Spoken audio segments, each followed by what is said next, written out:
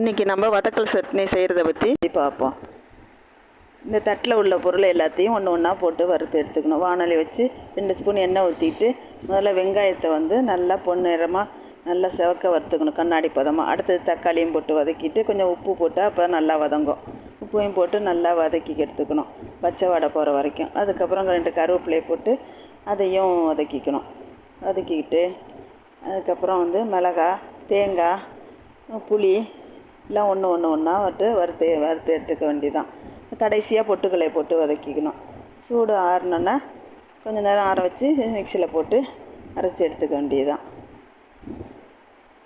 கடுகு தாளிக்கிற கரண்டி வச்சு கடுகு, உளுத்தம்பருப்பு, பெருங்காயம், கருவேப்பிலை எல்லாம் போட்டு அதை தாளித்து அதை ஊற்ற வேண்டியதுதான்.